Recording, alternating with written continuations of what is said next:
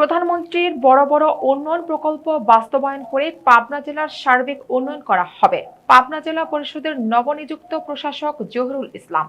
প্রতিনিধি সিয়াম আক্তার সাজিদ জানান, একটি স্বচ্ছ প্রশাসনিক কাঠামো গড়া, দুর্নীতিমুক্ত পরিবেশ সৃষ্টি এবং উন্নয়ন কাজে শতভাগ স্বচ্ছতা নিশ্চিত করে প্রধানমন্ত্রীর বড় বড় উন্নয়ন প্রকল্প বাস্তবায়ন করে পাবনা জেলার সার্বিক উন্নয়ন করা হবে বলে জানিয়েছেন পাবনা জেলা পরিষদের নবনিযুক্ত প্রশাসক জহুরুল ইসলাম।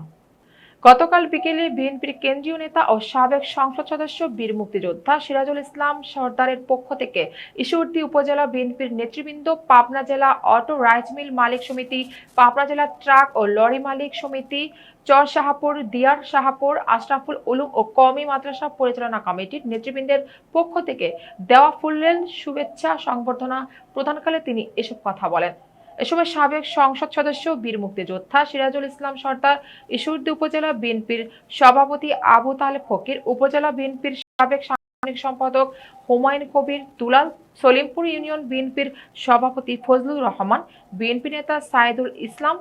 হাসেম আলী মেম্বার, আলমগীর হোসেন বাদশাহ, পাবনা পৌর বিএনপির সাবেক সম্পাদক তৌফিক ইমাম ও ঈশ্বরদী উপজেলা প্রেস ক্লাবের সভাপতি টি এ পান্না সহ বিশিষ্ট ব্যক্তিবর্গ উপস্থিত ছিলেন।